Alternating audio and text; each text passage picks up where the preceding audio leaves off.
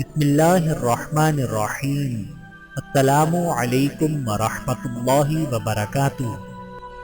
اسلام اللہ پاک کا بے حد اور بے حساب شکر ہے کہ میرا دین اسلام ہے، وہ دین جو ہر برائی سے روکتا ہے اور ہر اچھائی کی دعوت دیتا ہے۔ جانداروں پر ظلم نہ کریں۔ قول حضرت شیخ عبدالقادر جیلانی رحمۃ اللہ علیہ۔ وہ کیا ہی بدنصیب انسان ہے کہ جس کے دل میں اللہ تعالیٰ نے جانداروں پر رحم کرنے کی عادت پیدا نہیں کی۔ کمال کی بات ہے نا، وہ اللہ ایک ہے مگر وہ ہر ایک کا ہے۔ اچھی بات کا اثر نہ ہونے کی ایک وجہ یہ بھی ہے کہ لکھنے والا اور پڑھنے والا دونوں یہی سمجھتے ہیں کہ یہ دوسرے کے لیے ہیں۔ یا اللہ پاک ہمیں ایسے نیک اعمال کی توفیق دے جس سے تو راضی ہو جائے، آمین ثم آمین۔ میں نے گر کے دیکھا ہے تیرے سوا کوئی نہیں اٹھاتا یا رب۔ عبادت کا دکھاوا عبادت ہی ضائع کر دیتا ہے۔ بے سکونی بڑھ جائے تو عبادت کا وقت بڑھا دو اور اللہ سے باتیں کرو۔ اپنے دکھ درد کا مداوا اسی سے مانگو، وہی رحیم و کریم ذات ہے۔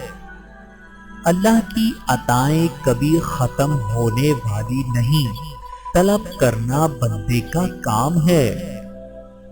میں بہت خوش ہوں کیونکہ مجھے کسی سے کوئی امید نہیں ہے سوائے اللہ پاک کی ذات سے۔ وہی میرا رب ہے، وہی میرا سب ہے۔ اطاعت رسول صلی اللہ علیہ وآلہ وسلم ہی حقیقت میں محبت رسول صلی اللہ علیہ وآلہ وسلم ہے۔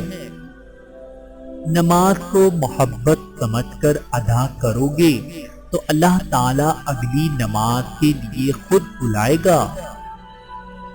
گناہ کے دوران موت کا نہ آنا اور گناہ کے بعد توبہ کی مہلت ملنا اللہ پاک کا بہت بڑا اجر احسان ہے۔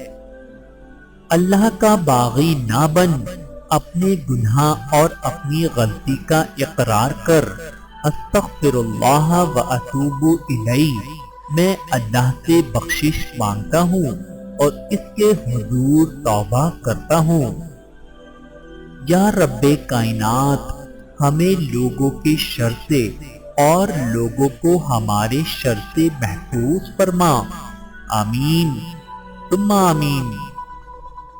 ہمیشہ قصور تربیت کا نہیں ہوتا، کچھ رنگ صحبتوں کے بھی چڑھتے ہیں۔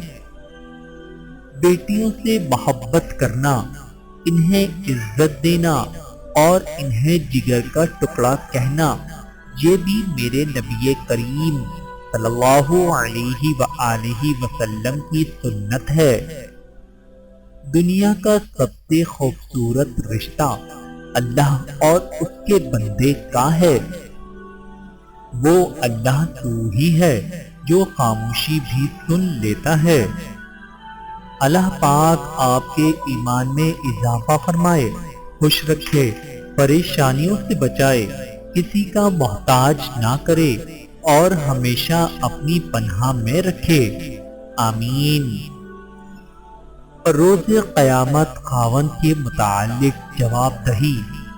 حضرت قتادہ رضی اللہ تعالی عنہ فرماتے ہیں کہ ہم نے حضرت کعب رضی اللہ تعالی عنہ کا یہ قول سنا ہے کہ قیامت کے دن عورت سے پہلے اس کی نماز کے متعلق سوال ہوگا، پھر خاوند کے حقوق سے متعلق۔